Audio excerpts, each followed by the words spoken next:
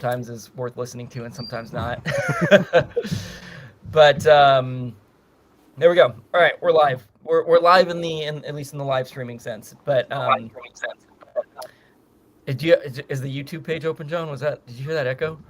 I heard the echo, Yeah. Okay. Well, maybe it was just a but weird. yeah. Um, okay. So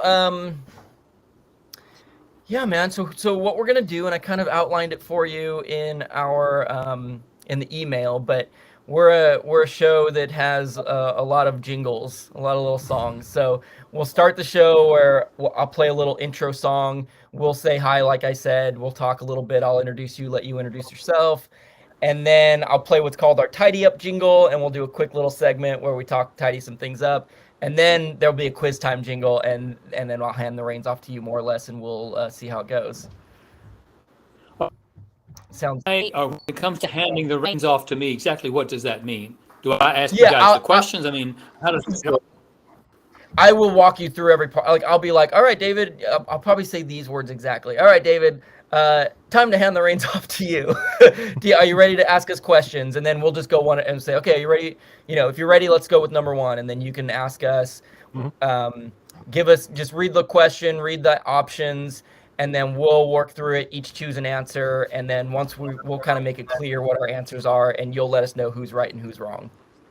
And I got little ding ding dings Points and for follow up. Is that a talk on time after that's done? Yep. A little bit. Yep. On each And of then those? it's like, okay, like, all right, David, tell me more about that.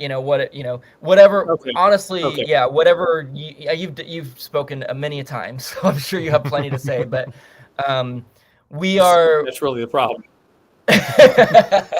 we're I mean, happy to follow yeah, your lead in terms of what you want to share. Yeah, I mean, and Kevin normally cuts it down to around 40, 45, but in some instances, I'm totally okay. If it happens to be an hour, hour and a half, just this is an important topic, so if it's one that's a little bit longer, I don't think anyone will mind. So Yeah, I agree. Yep. Earth Day is on Thursday, right? Is it on the actual day that we release the episode? Because we release our episodes on Thursday. It's the 22nd. Yeah, that's Cool. perfect timing. Yeah, that's super perfect. Yeah, couldn't it's ask for Friday. better. Is it really? Are you sure? 16th? Oh yeah, you're right. 17th. Okay.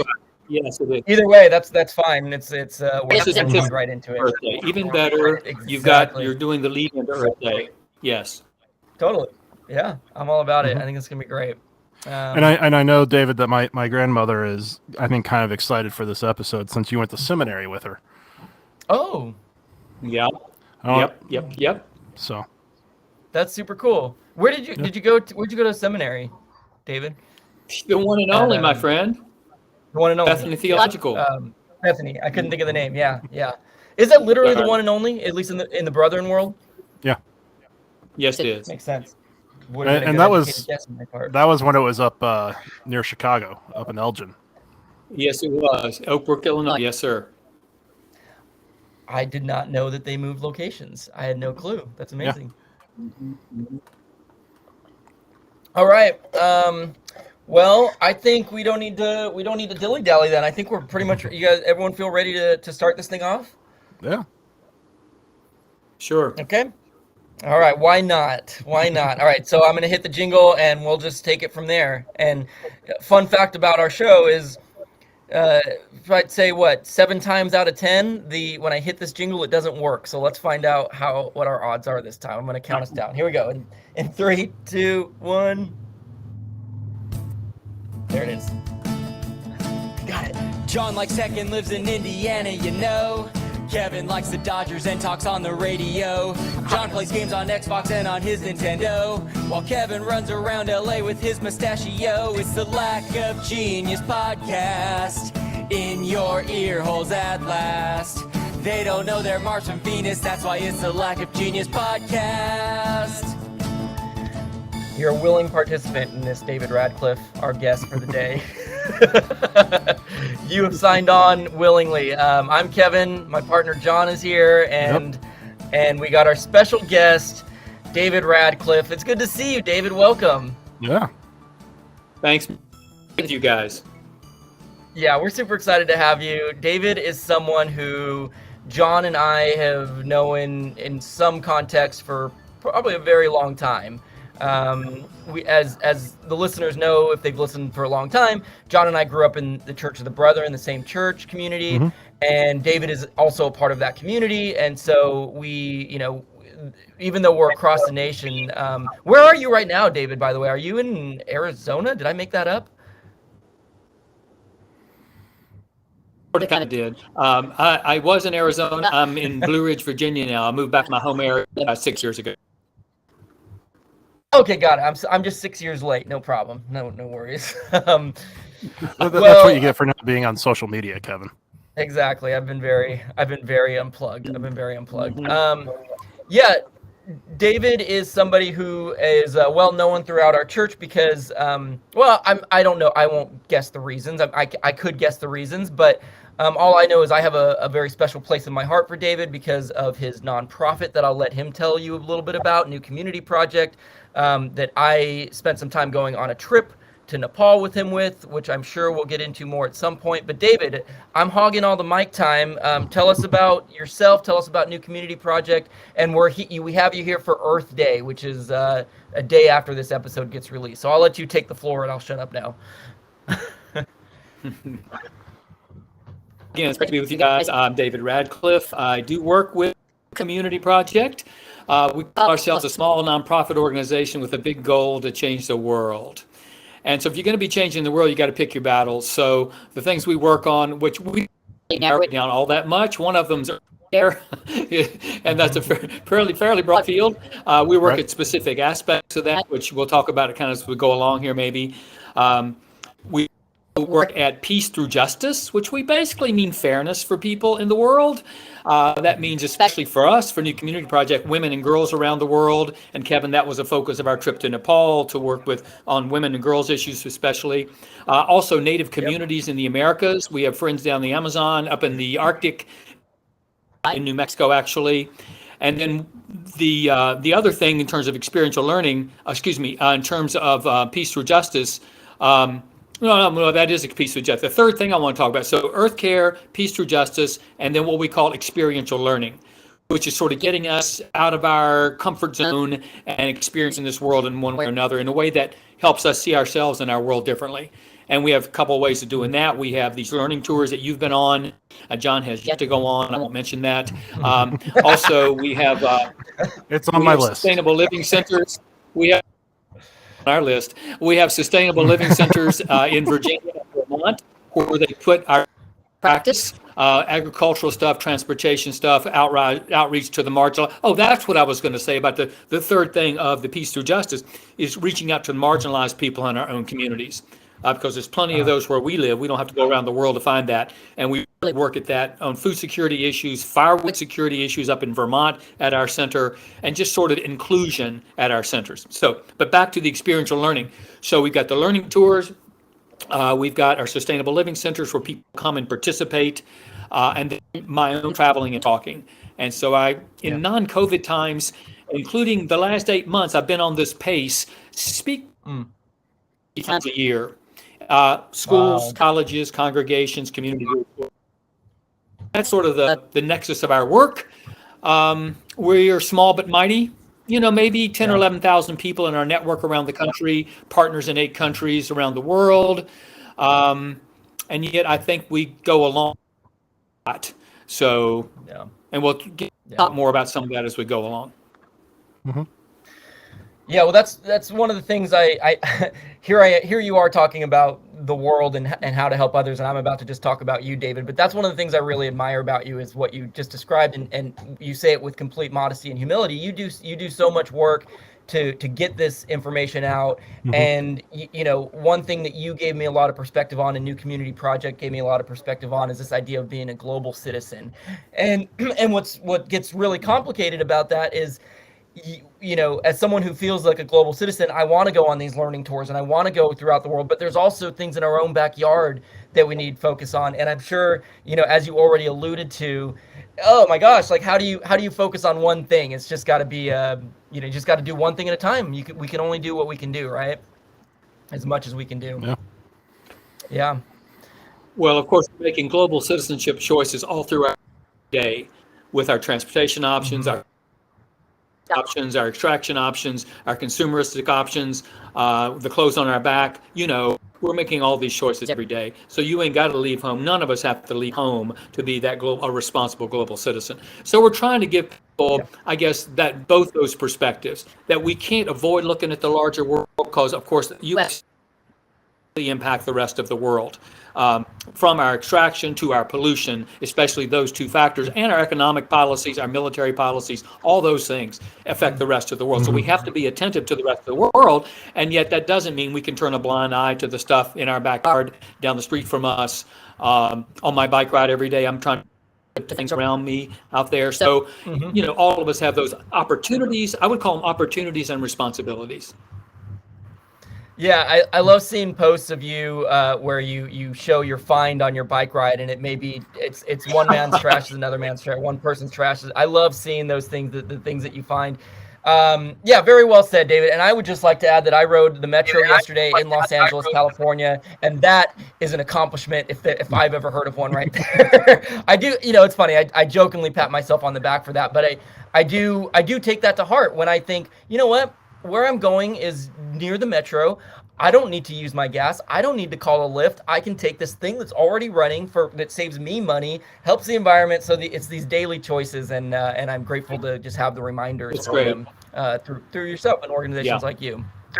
If only we had that in the Midwest. Great. No Metro running through Marion, Indiana. Is that what you're saying? And you know what? To be honest, I'm not even sure if there's a bus system. I know Muncie has a bus system, but I mean, I live out in the country, so I mean, there's not much around. So you can hitch a ride on a tractor that's passing through town, is what you can do. All right. Well, as I outlined to you, David, and as our listeners know, we're going to get into our tidy up section here. So I'm going to hit that jingle and we'll jump into it. Here we go. Tidy up before we go any further with the show. Tidy up before we go fix our mistakes tonight. I wanna get it right.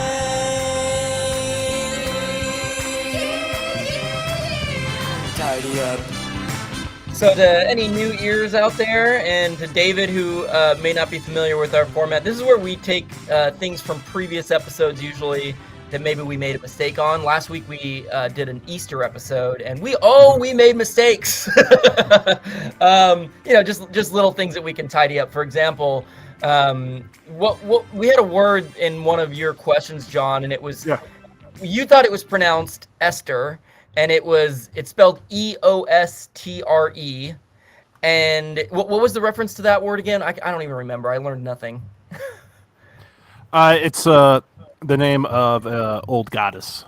An old goddess that Easter is named after. Yeah. Yeah. And we did not know how to pronounce it. John thought Esther. I thought Eostre, because again, it's EOSTRE. Turns out we were both kind of right. It's Eoster. So the stir from Esther that John had and the AO that I had from Eostre, just put them together, you get Eoster, and that's how we tidy things up here. So there we go.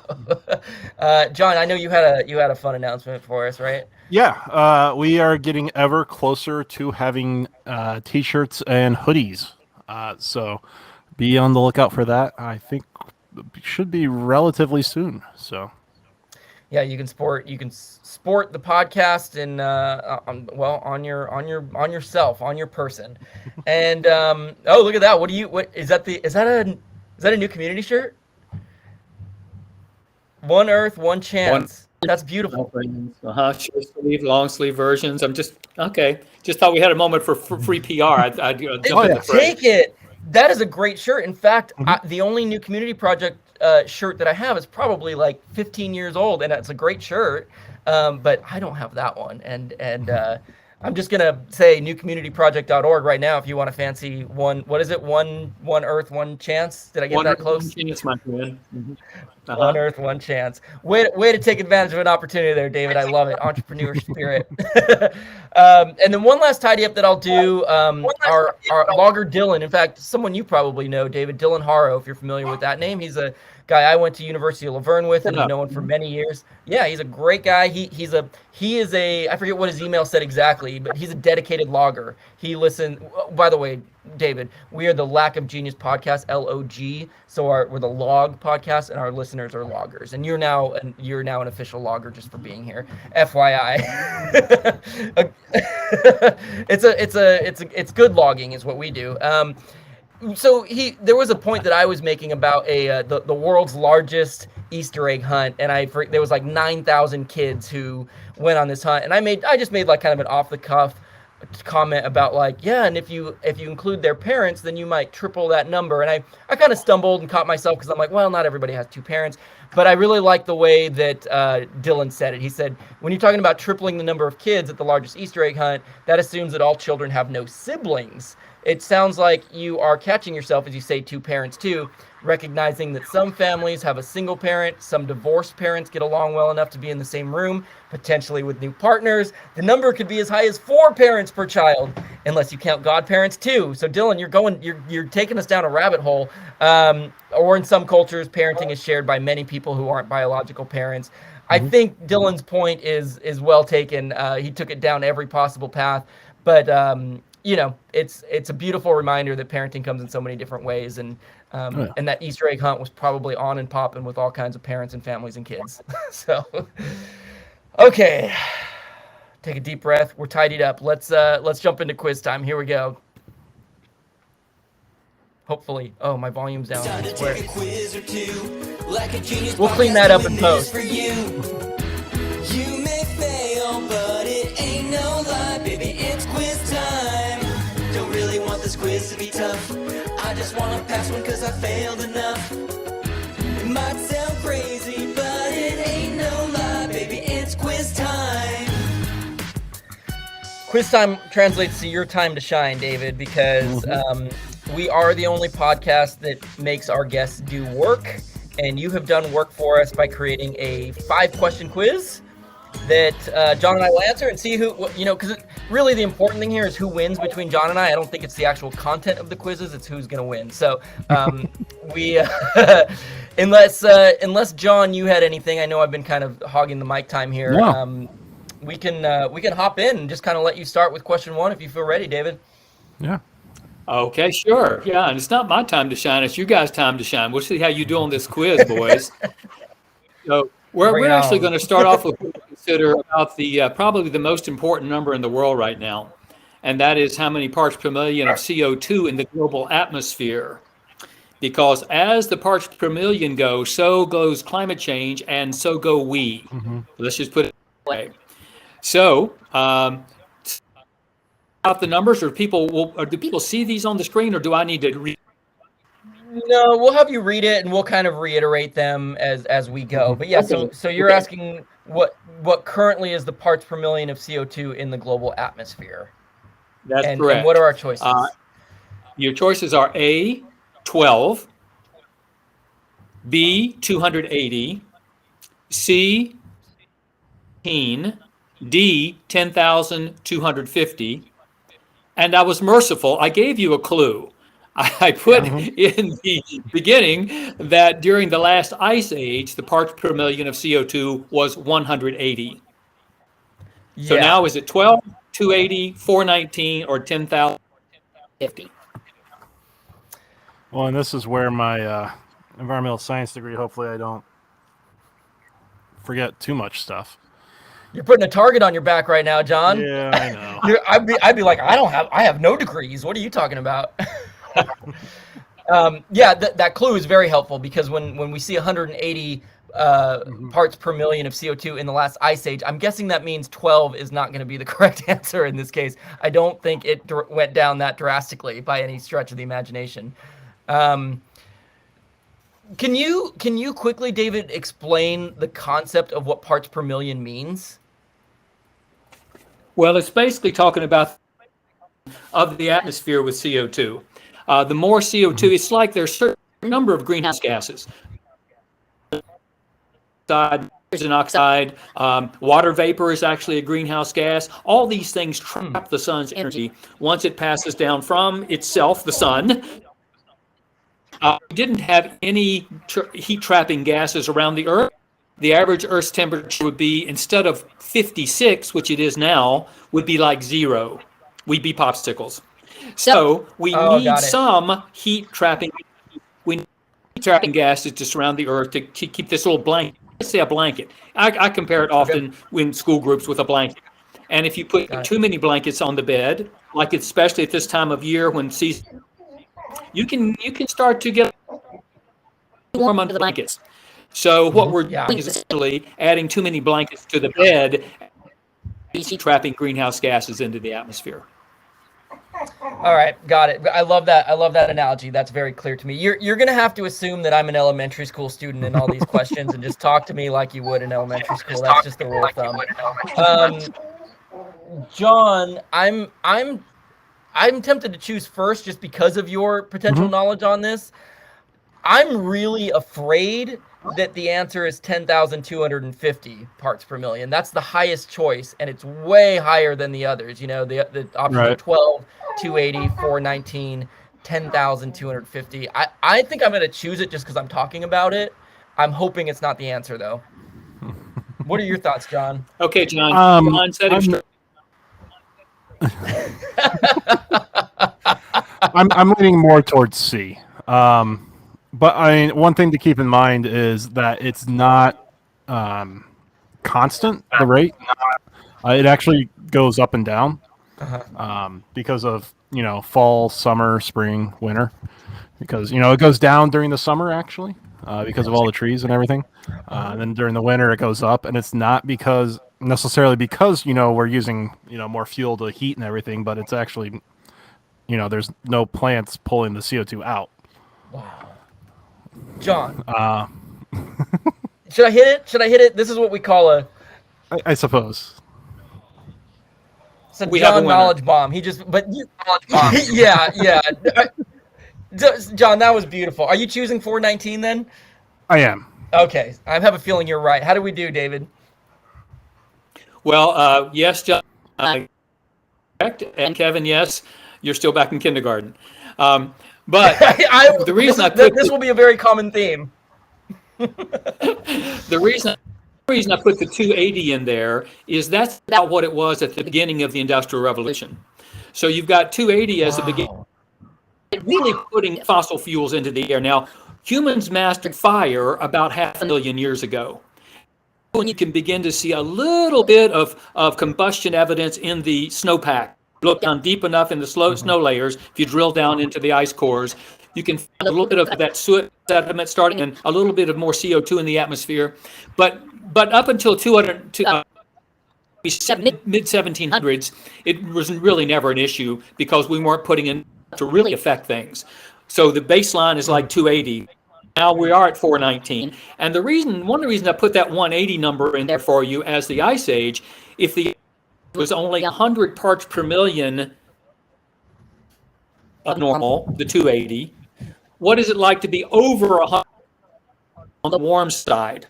So if we got an ice age of 100 below, what are we going to get out of whatever we are now? 100. So yeah, that's sort of what. And John is exactly right that it does. There are some variations during the year, but in general, it's going up. I mean, even though there's fluctuations as it rises, it is rising. That's really the troubling part. So now we've got a little less than, I think, about 1.2 degrees height global temperature rise, which is what about 2.5 degrees or something. No, excuse me, that was Celsius. About something like that. So and their goal, as you're hearing all the conversation now from the IPCC report came out last week, the goal has always been we have to keep below 1.5 degrees Celsius warming, and we're like at 1.2 or something like that. Well, there's a lot of skepticism that we're going to keep it below 1.5 degrees Celsius. I guess if you I have a few more numbers for you. If we get to 2 degrees Celsius, which is about 4.5 degrees Fahrenheit or like that, warmer than it is now, or I forget, I don't quite know the Celsius Fahrenheit comparisons. If it's 2 degrees Celsius warmer than the baseline of, where we were 200 years ago, then they say the ice sheets collapse. At 3 degrees above normal, there's permanent draws. At 4 degrees, 6 fires. Those extinctions that the Earth has ever experienced about 250 million years ago was because of climate release of greenhouse gases from volcanoes, and I don't know all the reasons that may have happened, but it was 5 degrees of all but a sliver of life on Earth. Celsius. Will be at 40 Celsius at the end of this century. So, that's why that number is considered the most important number in the world. Now, the way to think, we've got the 10 Commandments, and we've got, the length. We've got the length of semi mustache, but this is one of the numbers that this is one of the numbers that bodes ill or well for the human life on Earth, really. So it's something we need to know. Yeah, I will concede the importance of my mustache in centimeters to this number. I'm going to say that this number is far more important, and I'm guessing it's about 14 centimeters. Yes, thank you. Thank you. Yeah, you sold me pretty short there, David. Well, appreciate you for explaining that and for getting us started with that such an important number. And John got it right, I got it wrong, and I think if we're all ready, we can go on to number 2. Yep. Sure enough. Well, this is probably, to me, one of the most important number in the world. And don't feel bad if you still get it wrong, Kevin. This is the percentage. Oh, I will. The percentage fewer of non-human living creatures on Earth today versus 1970. Now, I will mention here that human population has doubled since 1970. So this is non-human living creatures. What percentage fewer living creatures are on the Earth than there were just 50 years ago? A, 12, B, 35, C, 70, D, 92. So we're talking about birds, fish, creepy crawly things, all that sort of stuff. 12, 35, 70, or 92. Wow. Yeah, another question I'm scared to answer just because 1970, that was 52 years ago. When you look at 1970, it's like, that's not that long ago. And for any of these percentages to be true, I'm not going to choose 92%. I'm not going to choose the big, big, big, scary one. I'll tell you that right now. John, what do you know about this? What are your thoughts on this? I know the number is fairly big. 1970s was kind of when the EPA came around to become a thing. You can thank LA can thank the EPA for not having smog like they used to. So you've got cleaner air because of that, Kevin. Just so you know. Thank you, EPA.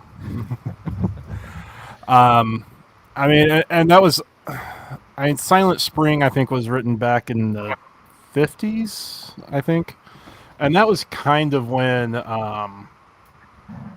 this realization of, hey, we're killing things off that we probably don't want to be killing off.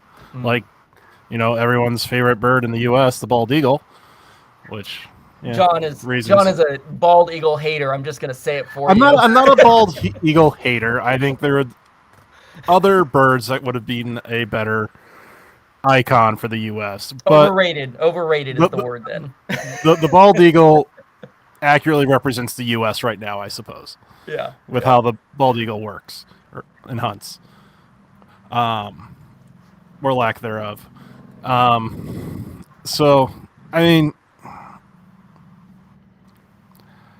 We've done a lot of damage. He's winding here, Kevin. I'm not sure he's going to get to giving us an answer or not. I'm not sure where John's going here.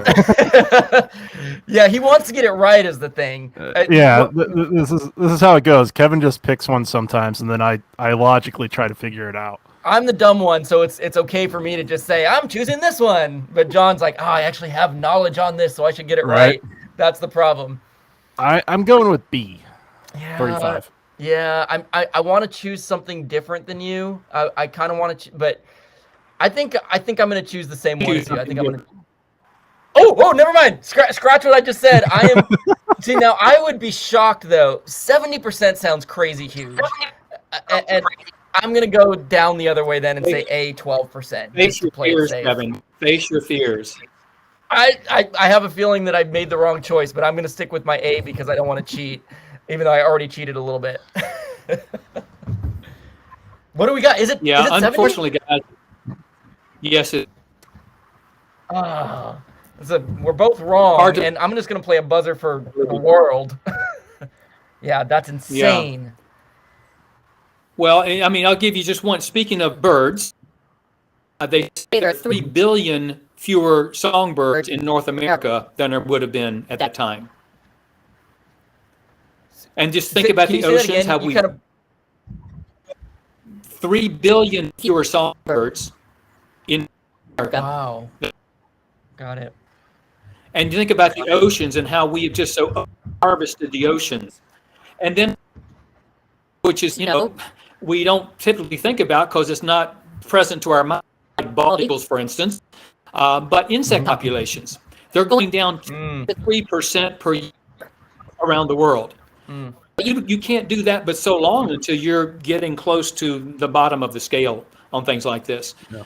So, yeah, it's just you know all the reasons. Or let's go over the reasons. Let's actually talk about the reasons. So, what are the 3 or 4 or 5 top reasons for the decimation of other living things on the planet? Give me some of those. The first thing that came to my mind is fishing and the industry of fishing and removing animals from the ocean. That's one that I would guess. Mhm. John, you probably know more. So, Yeah. that over harvesting. So taking too much of the Over-harvesting. stuff that we like, as I say, we tend to love things to death. Wow, that's powerful. I mean, another big one that kind of, is caused by our a little bit over harvesting is also runoff from agriculture. The fertilizer and everything gets into the water systems, and then here in the Midwest, it all eventually heads into the Gulf of Mexico, and there's an actual dead zone. If you can actually find pictures of it where the water is clearly different, and it's like this just line, and that's causes algae blooms and everything, which then just is toxic to the fish and everything and kills it off. And that's I guess there are partially 400 because of those dead zones around the world. yeah,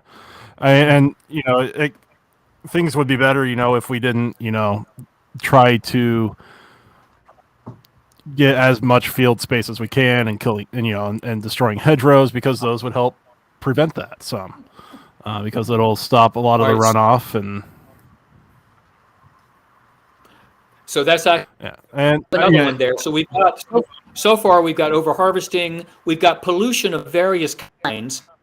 Also include plastic pollution. We can think of oil pollution. You're talking about runoff. That's a critical one. Then you're kind of getting into habitat destruction, which is another big one in terms of the loss of species. I guess they said in the Amazon last year, 50 million creatures were killed in Amazonian states just because of turning those areas into usually something related to cattle production, either the feed for the cows or the actual ranches for the cows. So habitat loss, pollution, overharvesting, invasive species, things that we import to an area that didn't belong there, and then they sort of overrun the local population, whatever that may be. We might also and just the expansion of humans, and not just that we need more space, which our appetites. Just the population of people that takes more, and it factors into all those other things that we have mentioned. And then the fifth thing, so those are actually the acronym HIPPO: habitat, invasion, population, pollution, overharvesting. But now we have to add a C at the end, or at the beginning. We could call it CHIPPO. So what would the C stand for as the new kid on the block? what's the C stand for as the new kid on the block in terms of threatening creatures' existence? What's the C stand for? Climate change. Climate change, is that right? Yes, it. Nice going. Well, Yeah, well, so that's a huge one. You Wow. can imagine. I just heard that fish are needing to migrate. Water's too warm. They have to also leave their areas because of the algae blooms that John was talking about. But another factor off the coast of Virginia, I assume California, is that fish are having to migrate further north because warmer water holds less oxygen. The question is, will their ecosystem travel with them, their food sources and other things that they need to sort of, and habitat kind of accoutrement, you might say, will those travel with them as they have to migrate? And I just heard this week that 25% of wolves were killed last year by hunters outside the park boundaries because they've been delisted as an endangered species. And there's a lot of pressure in Idaho and Wyoming for hunters to kill wolves. And I think it's just a macho thing by male hunters. That's the best I can figure out. But in any event, Totally. but two things about that is that as seasons change or as the climate changes, it's about things will need to migrate, and national parks are only so big. So the protected area, the area around the national parks is not always protected, and so when they move out of those ranges, a problem facing them. So they've got both over harvesting and you've got climate in those two systems. And I'll just throw in another one just related to the wolves. They weren't in Yellowstone for decades because they've been killed off in the region. Well, then the elk over multiplied, which was good for the elk, but they ate all the stuff along the streams, which the beavers needed to survive. And so the beaver populations had crashed down to one colony in Yellowstone. And now they've reintroduced the wolves. The elk have to move. The things are rolling back by the streams. And now there's 10 or 12 beaver colonies in the park. So all these things, as we all know, are so interrelated. Yeah, it's you're describing cause and effect, and I think it's I could see people sort of being like, oh, so whatever, the fish are migrating north, they'll be fine up there. But every point that you brought up of like, that's not their natural environment, that's not where their food source is, that's not where their habitats are. And it's these details that I think a lot of the population maybe doesn't take the time to either understand or they just don't have resources teaching them this. And it's I'm gonna pat ourselves on the back for having you on today, David, and spreading some of this information to somebody's ears right now. This is how we get this information out. Yeah, I mean, and David, your story about the wolves and the elk, Indiana, we've got quite a few state parks and everything, and we have one down in southern Indiana called Brown County, and we have a lot of deer in Indiana.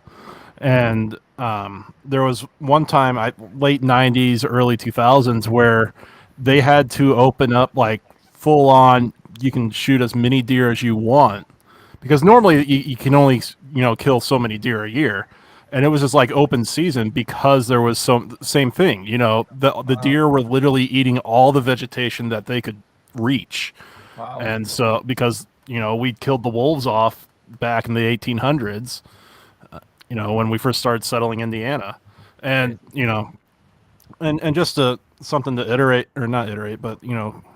add as well to the pollution and the runoff is, it's not just agriculture, it's also the fertilizer that people put on their yards, because grass has to look perfectly green. So yeah. Ready for the next one? Yeah, Oh, let's yeah. hop Here into we number go. 3.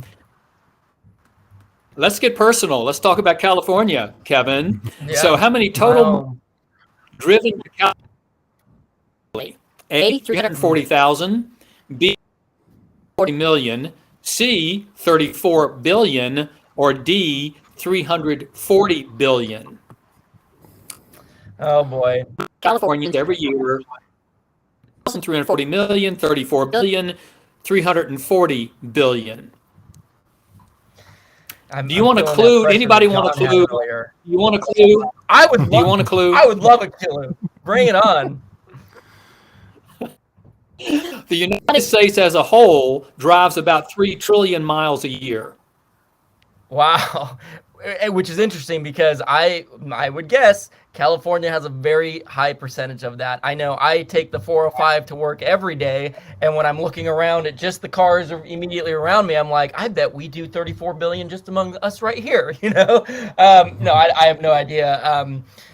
I do know, and we alluded to this. I already forgot if this was in the pre-show or in the actual show where I sort of jokingly patted myself on the back for taking the metro.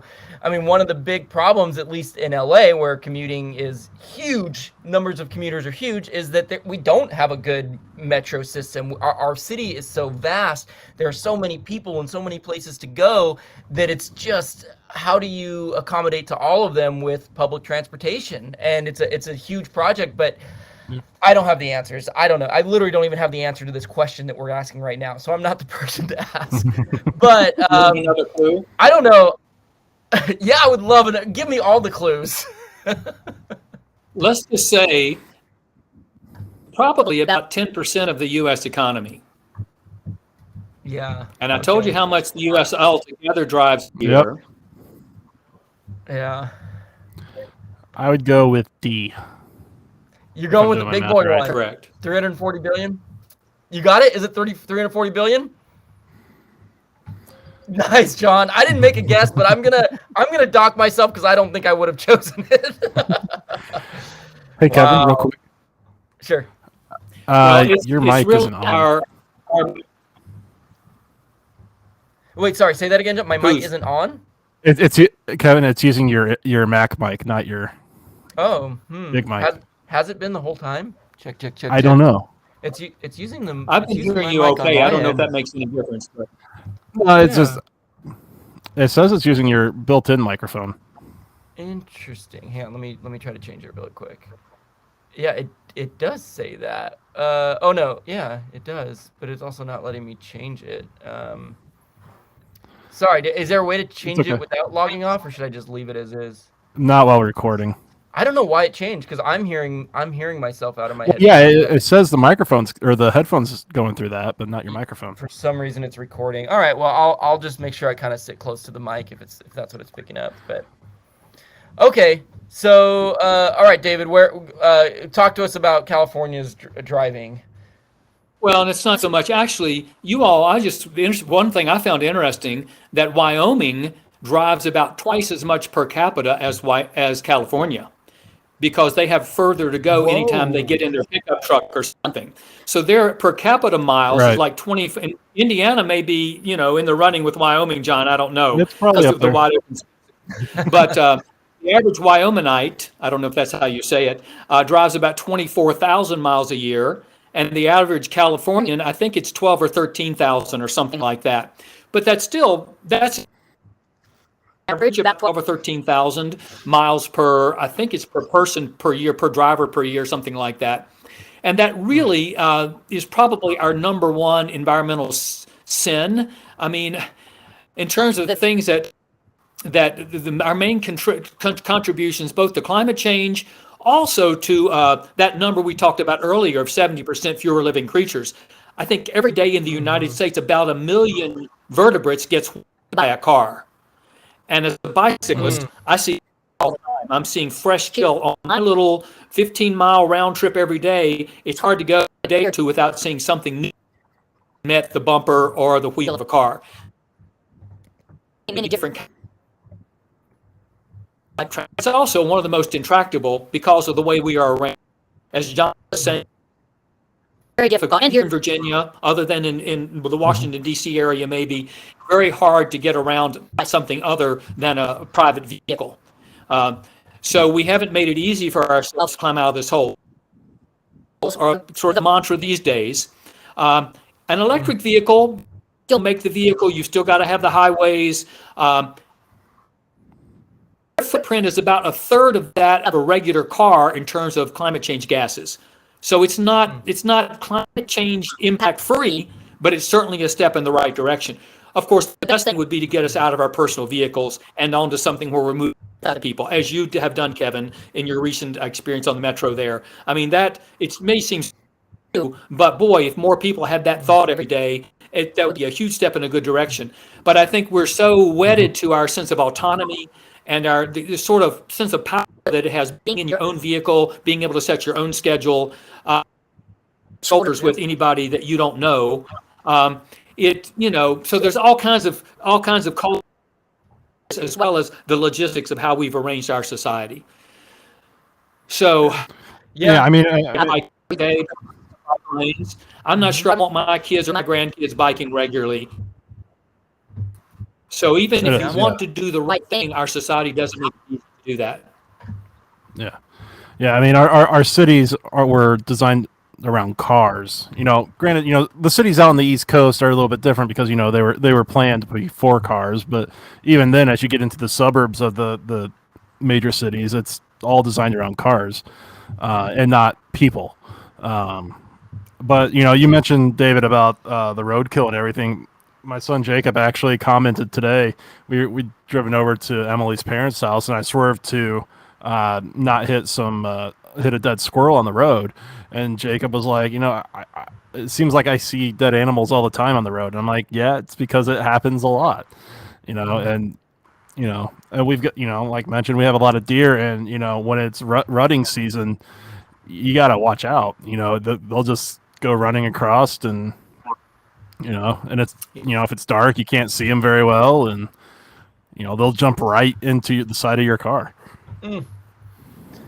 Yeah. Well, unfortunately, with deer, John, you're almost doing them a favor. As you mentioned a while ago, you've got to have hunting season in Indiana. Mm-hmm. They will starve.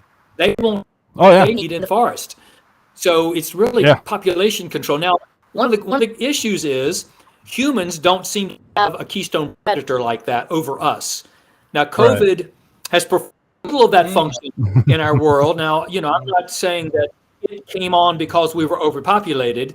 It did come on globalized. We would almost have to say that, and because we were going into extracting things from parts of the world that we shouldn't have been. I mean, I'm kind of thinking this came from that wet food market in Wuhan. I mean, that's that's the theory I'm going with. And I think when you incur too far into natural areas, things come back to bite you. And in this case, COVID possibly that way, globalized economy.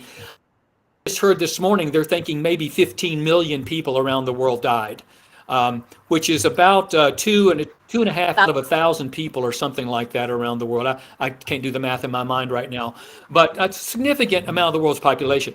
But partly is we don't have a population limiter over humans, and because of that, we're gonna keep we are. pumping out those babies, right? Yeah. Well, Kevin, that's a great intro. That's a great intro for me to say just one little word about our girls' education programs. We have a Give a Girl a Chance program. Finally, a fairly famous conservationist in Africa was asked one time, "What's the single thing you do to conserve wild areas in Africa?" And he said, "Educate girls." Because the more education a girl has, almost always the fewer have, and the less impact that's going to have, especially on the local environment, which is really the threat to the parks around the world. One of them is the local people, because they have need for resources of certain kinds to survive, whether it's wood, whether it's certain foods, whether it's things they can poach to sell for money on the world market, whatever it may be. And so if you reduce the population pressure around the parks around the world, and in general around forested areas and other wild areas around the world, it's really going to be a boon for the natural things that live there. Yeah. I appreciate you taking the time to explain that, because our Nepal trip was in the realm of Give a Girl a Chance of educating women, and in this instance, and this was 10 years ago for me, so we'll see how my memory is, but so much of I guess what I'm saying is, you hear, okay, well, educating people is great and all, but what's that really going to do for the global economy, the environment, et cetera? These women, these young girls in Nepal, so many of them get sent into human trafficking and sex trade, and you because they don't have the opportunity for education. It's not that they're choosing to not be educated, it's that the opportunity doesn't exist. And so that's one of the big reasons the big takeaways from my Nepal trip, and I know a number of your trips, as you mentioned, focus on that. And what a fantastic step in the right direction solution. Part of the solution is just providing education. And you can go to newcommunityproject.org. You can donate to Give a Girl a Chance. You can go on one of these learning tours. You can support a nonprofit that is making change in this way. A plug for you, David, but more for the world.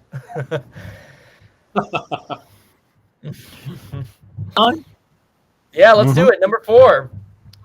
What's our total? It's 2-0, John, I think, right? Yeah.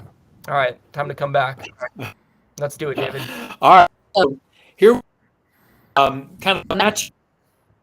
So I just wanted to put a little variety into the scheme here. Plus, I had a bunch of numbers I wanted to get out, and I needed to do it. So here we've got the numbers: 380 million tons, 100 billion tons, 5 billion tons, and 55 million tons. And we've got to match them up to the amount of CO2 released by deforestation globally, the global plastic production, global material extraction, in other words, all the minerals and earth to make what we're going to make for ourselves, and U.S. food waste. And all these are annual numbers. So let me just, let's start with the bottom one first. What about U.S. food waste? Anybody, either you got a guess as to which of those numbers might represent how much food is wasted in the United States on an annual basis, from production through shipping to packaging to storage to consumption and then to waste on that end. So waste happens all along that path. Which one of those numbers you guess might be the food waste number? Yeah, and let me just read the choices again. 380 million tons, 100 billion tons, 5 billion tons, 55 million tons. John, what do you think? U.S. food waste? I'm thinking 5 billion. Okay. Yeah, let me think about this. I'm going to... Oh, I hate this. I'm going to say 380 million tons. Did either of us get it, David? My calculations had it at 55 million tons. It's about 300 million pounds a day. 300 million pounds a day. So about a pound per person per day of food waste. And my math is not all that good. My math is not all that good. I'll just have to admit it to you. I hope that number's right. But 300 million times 365, and I came up with about 55 million tons. So anyway, that's what I understand it to be. They say around the world, if food waste, and maybe you saw this I just did on my Facebook page yesterday or day before, if food waste were a nation, it would be the world's 3rd largest emitter of greenhouse gases. Because of the methane. I don't need to hear that. Because of the methane that's wasted. That's so sad. Created in landfills, and also all the that went into creating the food in the first place, and then we in the United States waste about 40% of what we grow. So yeah. Wow. Keep going. Let's go to the next one. All right, global material extraction. How many tons of materials do you think humans bring forth from the earth every year to just build and run and fuel and grow and whatever else we do? Anybody got a guess? Wow. I'm going to say think pretty high on this one. Yeah. Well, I'm going with 100 billion. Yeah, if that's a clue, then I'm going to choose. I was going to say that's got to be a high number. So yeah, I think we're both going to choose it. Yeah, we got it. There you go. David's giving a thumbs up. Yeah. Well, yeah, it's quite massive. They say a person in the United States requires about 200 pounds of stuff every day from the earth to run our lifestyle. Whoa. Oh my gosh. Now it doesn't come into my closet or into my backpack or anything like that. But of all the stuff that's extracted from the earth to do everything we do in the United States. So that's how you get to a number like that. That 100 billion tons, only 8.7% gets recycled meaningfully. Yeah, that's hard. That's a hard number to hear. And it would be fascinating, How long can this go on? I mean, we're just pulling,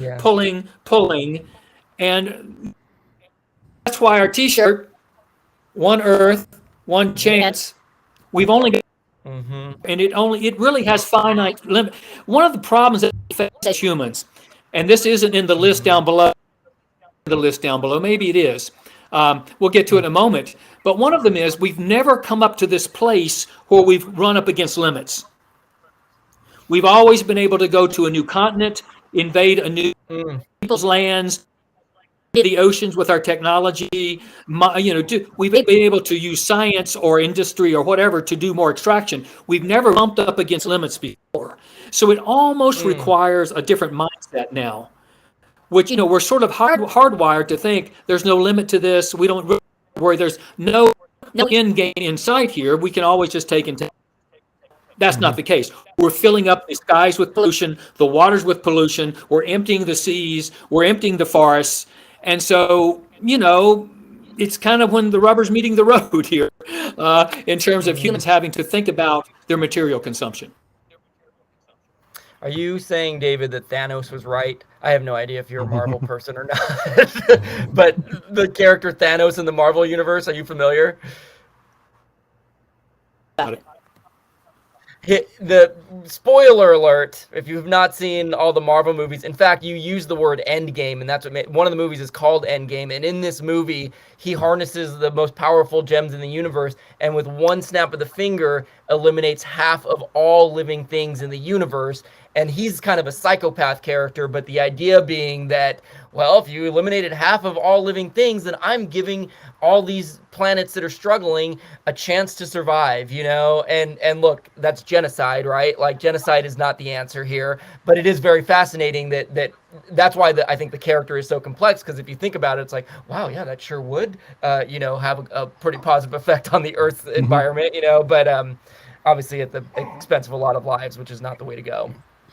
Yeah, I mean, I feel like part of it could also be a socioeconomic problem as well, because I know whenever I'm going to make a purchase or something, I try to buy the highest quality thing I can afford, which normally if it's a higher quality, it's going to last longer, not have to be replaced, and so on. But, if you're not able to afford something that's nicer and higher quality, then it's going to break a lot sooner or need to be replaced sooner. And so then you're having to spend more money, throw out the old thing, get the new one, where, if you're having to buy something new for, once a year for 5 years versus having one thing for 5 years, that makes a difference too. And so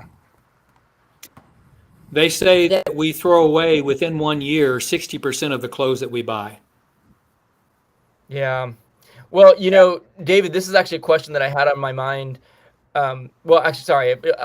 Maybe this is something you're getting to, but I'm somebody who loves shopping at Goodwills and thrift stores, and I also will donate things to Goodwills and thrift stores. And there's a certain amount where a lot of people will say, well, yeah, that's great for the environment, you're doing a good job. But I also know the harsh reality effect of that is that these, especially the larger sort of secondhand stores, if I'm not mistaken, ship their unsold clothes to lesser developed countries, which then affects the local economy there. You think, oh, that sounds great, we're giving clothes to people, but then these local tailors and clothes makers, their businesses are done, and you're ruining life there. So it all kind of comes back to this fast fashion and how quickly people go in and out of the clothes that they buy, just always wanting something new, and how detrimental that is to so many people. I'll say I don't normally throw my clothes out unless they've been worn out. Yeah, extra credit. Yeah. I hear you, John. Yeah. Yes, you're exactly right, Kevin. And part of the issue you mentioned, given the clothes given to people in other on the streets there. So some these bales, these bales of clothing when they come into their country.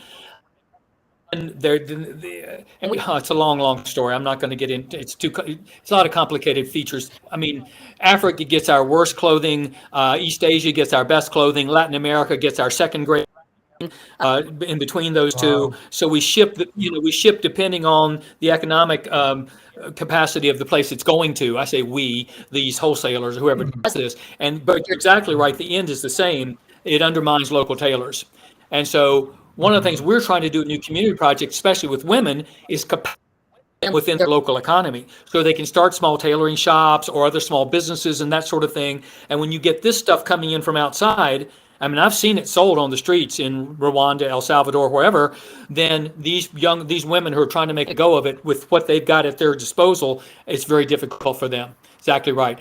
Mhm. The book I would point all your listeners to, it's called The World Stops Shopping, McKinnon. He basically says that really is our number one, because of the things we feel like we know, which of course, it's questionable. He starts off the book talking about a group called ones who live in North Africa someplace, and he talks about them needing time and do a lot less work than those of us, the quote developed world, because their aspirations are so much lower. So he says in his book, we can either produce or want little. Oh, So yeah. those are the two options. I love that. And if we choose to want Yeah. little, then we'll find a way that the earth will be better off, we'll be more at peace. Our economy as a whole may contract a bit, and the people at the top making all the investments in this constant churning of production, they'll be less well off. But the rest of us could find kind of the golden mean where we have what we need, and the planet may have breathing space. Yeah, and it sort of it goes to want versus need, and I think in our society in America and this culture that we're in, so many people confuse.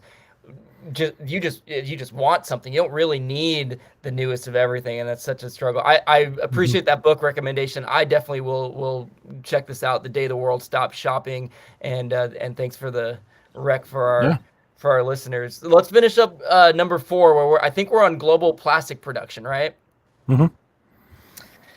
Yeah, we are. And we only have So how 50-50 much chance, plastics Kevin. is produced each year? 50-50 chance. I'm gonna say this number is big, and so we got the smaller of the number, 380 million tons, versus the bigger of the numbers, 5 billion. I'm gonna choose 5 billion. What do you think, John? I'm gonna go with the 380 million because Okay. plastic isn't exactly that heavy when you think about it. Oh gosh, John, are you outsmarting me right now? Based off of David's head nod, I'm thinking yes. What is it, David? Who's right? Yeah, it's a 300 million. So Let me get me in here. that's about, we when Kevin Cook around at the end. Thank you. So if that's about 100 pounds of plastic per person per year in the world. 100 pounds of plastic per person in the world. And of course, we in the rich world use much more than our share, although plastic is coming on strong around the world, especially with packaging. Yeah. It's a big issue all around the world. And then for the oceans, every stream. And then in our own bodies, maybe you heard the show on the show yesterday on public radio. Oh, what was it? I'm not remembering it. But anyway, it was microplastic. Yeah. the microplastics in our bodies. And that I don't know why they were surprised to begin finding that. I mean, anybody who's thinking this through very much would know that that's going to make its way into your body at some point. So that's just another piece of the plastic pollution. I think we need a new name for microplastic. We need to call it like large chunks of plastic, and that will get people's attention to be like, there are large chunks of plastic in me. Like I'm it's branding. But yeah, we got the last one, which is the CO2 released by deforestation globally. I'm gonna guess it's 5 billion tons, being as that's the last option. Thumbs up from David. Yeah, so CO2 released by deforestation. Yeah. And globally, I should know this statistic just like the back of my hand, but there's about, I believe 25 or 30 billion tons of CO2 released every year. And so this would be about, it's 20 to 25%, I think, from deforestation, from forest burning, and also from our wildfires. I think about 20% of global emissions, something like that. Yeah, very much so. Well, and this gives me a time to plug plug our reforestation campaign, Kevin.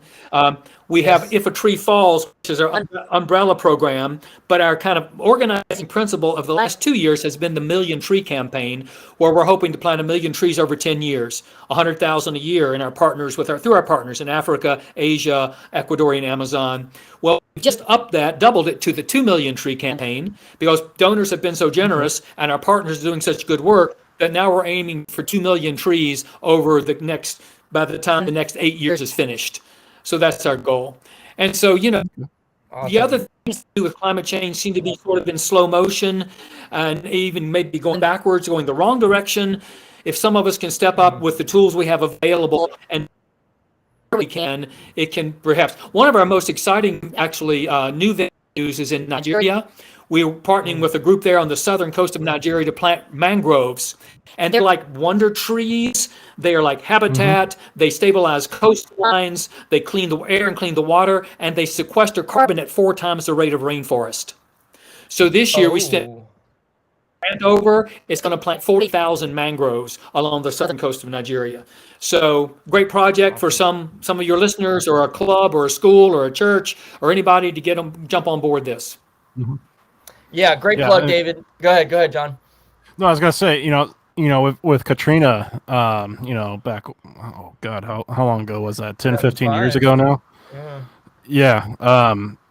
Some studies showed that, if we hadn't destroyed all the mangroves that we did on the coast, yes, the flooding would not been nearly as bad as it was. Wow. So that was our own doing in a way.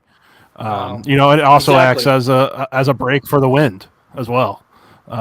So it could have actually caused the storm to not be as strong. Yes. So, and they say mangrove forest takes 75% of the energy out of an oncoming hurricane or a tsunami. 70% of the energy. Wow. Kind of a safety barrier that we have done away with to our own demise. And something else to keep in mind, forest fires can be a good thing. We just go about preventing them, which then when the forest fire does happen, it actually makes it even worse. Wow. And by preventing fires, we are actually causing extinction of some trees. Like I think the jack pine up in Michigan, it actually requires a fire to open up the pine cone for the seeds to come out and germinate. No way. That's so fascinating. So by preventing the fires, we're actually making things potentially worse for the future for when it does happen. So we know we should not be going out and just starting fires willy-nilly. I know Minnesota has done this up in the Boundary Waters. Between the 2 times I was up there was a huge ice storm. And so they were actually doing controlled burns to basically prevent even worse fires. So fire can be a good thing. Prairies need the fire. Yeah. Well, I think as we're getting ready to step into number 5, John, you bring up a good point, and David, something that you said, you're talking about the mangroves, and that's your mission in this If a Tree Falls campaign. One reason I really endorse New Community Project and what you're doing, David, is that you and your network of people, you do the work to figure out the research to figure out what is actually going to be beneficial here. As John mentioned, the fires. That people people just think, oh, this is either all bad or this is all good, but there are things that are going to be more beneficial to a community. And again, we have one more question here, so I don't mean this to wrap up just yet, but one of the reasons I love New Community Project being small but mighty, as you described it, is that for those of us who participate in it, we can see maybe not real change, but at least real action. Well, and change happens slowly, but you can see real action as opposed to, maybe some huge nonprofit, which go ahead and support all you like as well. That's great. But it gives you a chance. I mean, we can actually go on these tours and see it firsthand. We can see where our money's going because of the updates that are being posted. It really makes you feel like you have an opportunity to have an active hand in making some change in the world. And so I can't stress how much I support New Community Project and encourage the same for anyone listening.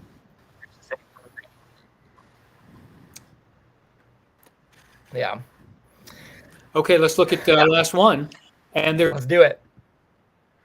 no right answer there. Oh, So basically, what I'm saying is, what do you think? Just to mull over these or make a comment on each one if you want to. What are the main causes of the environmental crisis? A, anthropocentrism. B, contempocentrism. C, consumocentrism. D, dissociation.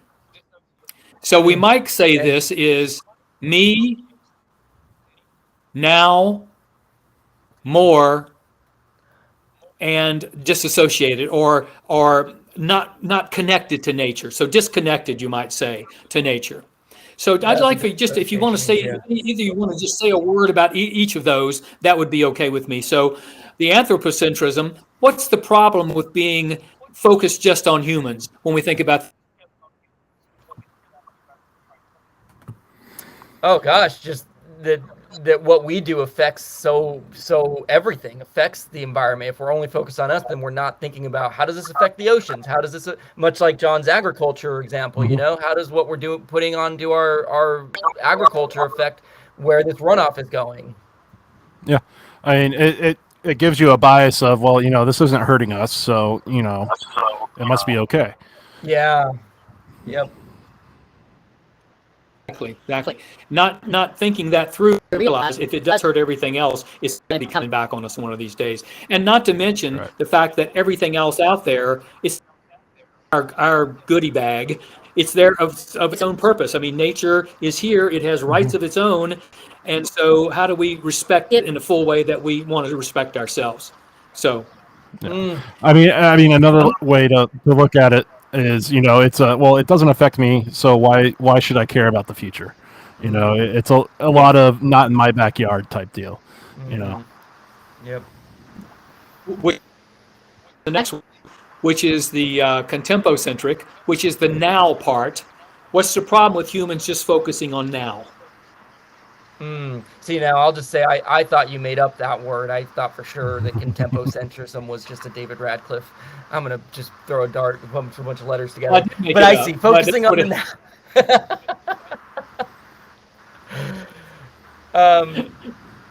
Yeah. Obviously, focusing on the now. Well, actually, I don't know that I have a great answer for this.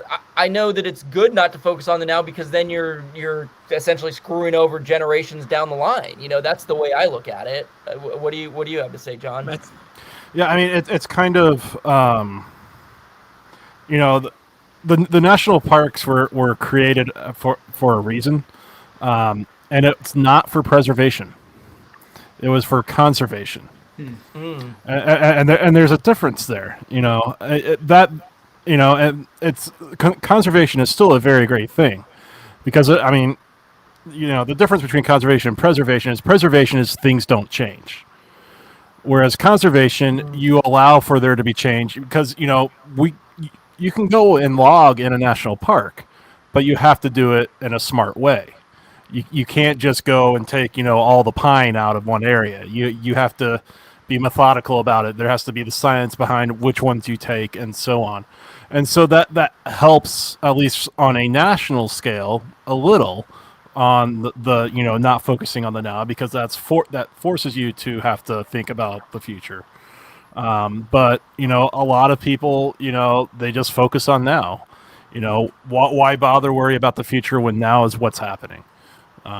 Which, you know, there's something good about that because there's a lot of things that are happening now that need to be focused on. You know, the social justice issues and everything like that. That's a very important thing to focus on now, which, you know, people get so focused on that, which could mean that, you know, they're not thinking about the things that, you know, affect in the future. Yeah. David Wallace, he has one of the something related to this topic of the now. What's the name of his book? It's on climate change. I don't know why I'm not coming up with the name of his book. Anyway, one of the things he says is that the 22nd century is not going to be a place people want to live if we don't take that's scary. climate change.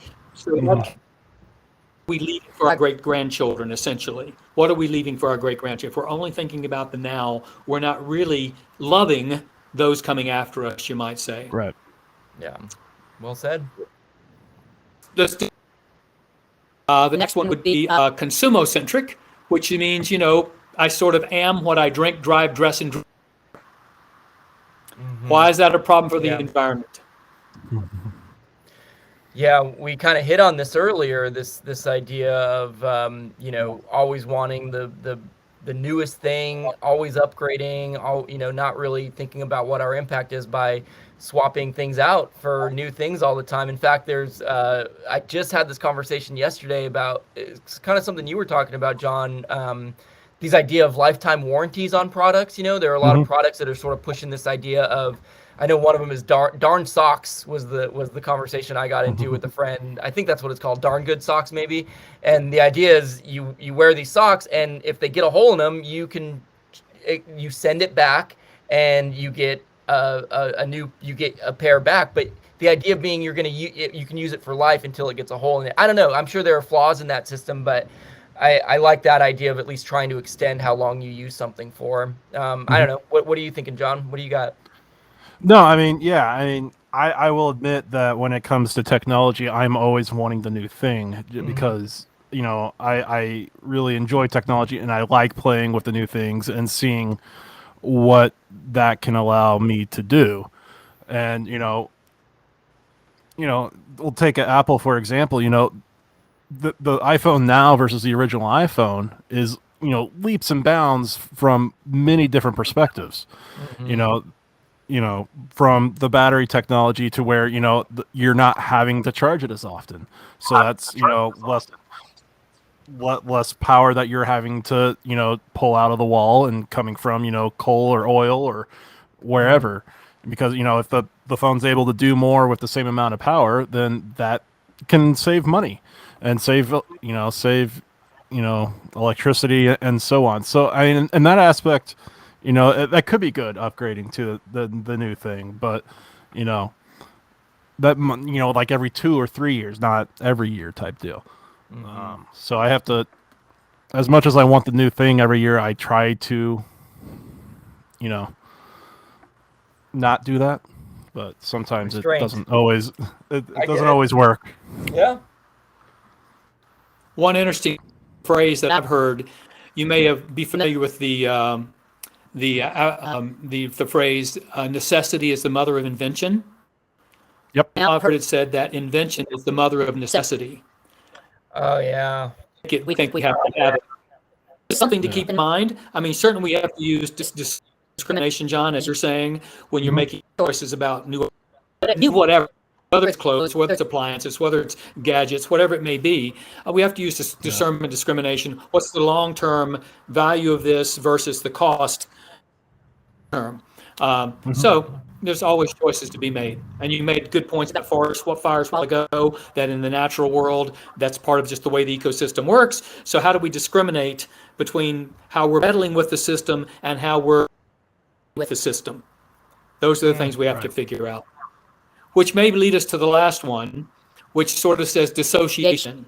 Why is dissociation, a separation from the earth around us, why is that a problem for the environment? Well, I think, you know, Aldo Leopold, who is a fantastic ecologist and teacher back in the day, and his big thing was taking kids and taking them out to the farm and seeing, you know, where their food came from. Because that may have been the only time that, you know, they'd seen a cow or something like that and didn't know that, you know, food just doesn't come from the store in a package with plastic and styrofoam. It comes from a living thing, of whether it's an animal or a plant. You know, it's not just in the cooler at the store. And so, you know, or, you know, taking, you know, kids from the inner city out camping, you know, they may have never seen the stars or you know, or realize, you know, what is actually out there. But at the same time, you know, Kevin, you a while back, you were talking about the coyotes at night with the dogs. Some cities actually have more wildlife than, you know, yeah, we've got some coyotes around here, but not nearly as much as probably what you have in your neighborhood. Yeah. So we mean, got a lot of coyotes in the city here in LA, in various cities in LA, coming down from the mountains because the food sources are up there, and they're like, well, there are cats down here and cat food and little animals that I can. And these coyotes were buff; they were well-fed coyotes. It was crazy. I'll just share a quick thought. When I see the word dissociation, John, you described some examples, especially talking about inner city kids or whatever the case might be. That's not so much their fault that they're dissociated, but I think right. a lot of the population, and ourselves included, I think we have to look at where we're choosing to be ignorant. We're choosing not to look at, if I just ignore that if I don't admit I'm part of the problem, then I'm not part of the problem. And I'll take a chance to be vulnerable here. I see the word dissociation. I think about kind of my own personal journey as I've gone on in the last few years of stepping into therapy and choosing to actually look at things that are not great parts of me that I don't want to look at. And turns out I've gotten a lot healthier as a result of doing that. And so, you can kind of look at the world, I think, and maybe our impact on the world the same way. Let's not turn a blind eye to it. Let's actually look at this problem and figure out what we can do about it. That's very good. I just heard a program on National Public Radio, I guess it was yesterday, and they were talking about this new climate change report, and was at the scientists they were talking some links to stress that we can't be getting depressed, we can't be getting overwhelmed. Well, the positive side of that is you are aware of what you're up against. I teach some classes at the university at Elizabethtown College. It's actually Elizabethtown College up in Pennsylvania. Some online courses. Back when I was actually teaching sessions in person about 10 years ago, there I had my at one of the sites, and I was going through that it was an environmental course called Environmental Choices. And that first class, I just lay out all the bad stuff, all the bad news is just coming out on the table. And about halfway through that session, a woman on the one side of the room leaned back in her chair, looked up at the ceiling, and I'm not sure I want to know this. And I said to her, and this wasn't a religious class, but I said to her and to the class, you remember what Jesus said? You will know the truth, and the truth will set you free. So if we don't, flying blind is the way I would say it, and we're flying blind into a very uncertain future if we don't face the like it can give. We can take things seriously. Then we see what role we have to play. We see the many entry points we have every day to make a big difference, and the way that we then can be the leaven in the loaf to let others around us know what we're doing and what they can be doing. And I think that's how the changes are going to have to happen. I don't see these changes, the big changes we need to get our earth back on a good footing environmentally. I don't see top. I see that coming from the bottom and then affecting the top and forcing the change. Going to have to bubble up from down here where we are. So that's what I would say to all your listeners. Who are you in this ferment? What's the key role that you've got to play in your community around you? And then let that take the world where it will, impassion people moving in purposeful ways in a way that inspire others. At first, make the others maybe curious and then sometimes a little unsettled, but then eventually probably envious that there's somebody doing something positive. Just one last story. So I'm driving home from Pennsylvania 3 weekends. I preached up there, I had a rental car, a lot of driving for four gigs on a weekend. I felt a lot of carbon. So, and it's about a 700 round trip. So coming back, I stop at a gas station to get some of that cheap Virginia gas. It's about $2 a gallon, cheaper than California, by the way. Indiana, we're in a close race with you. But anyway, to get some of that cheap Virginia gas, and I see an aluminum can, and I'm, you know me and aluminum cans. If you don't can, it's like filling it half full of gas and pouring it out. So I just was compelled to grab that aluminum can. I try to be discreet. I mean, I've got my pride. So I make my way back to my rental car, and obviously I wasn't discreet enough because no sooner had I settled into the driver's seat and popped that aluminum can in the back floorboard, tap on the passenger side window. There's an Hispanic guy with 2 empty energy drink cans on the glass of the window saying, "Are you cans?" I just sort of laughed and said, I guess so. So I am now. we met outside. We met outside. We did the exchange, went our separate ways, but we've been joined in a moment of what I would like to think was trying to do the best what we've been given. The two of us in that. Yeah. Yeah. And so I think that's the other thing. Not only our actions are good of themselves, but they also we'll find allies. We'll find allies in this if we're courageous enough to step ahead. There's the courage they need to step ahead. Beautifully said.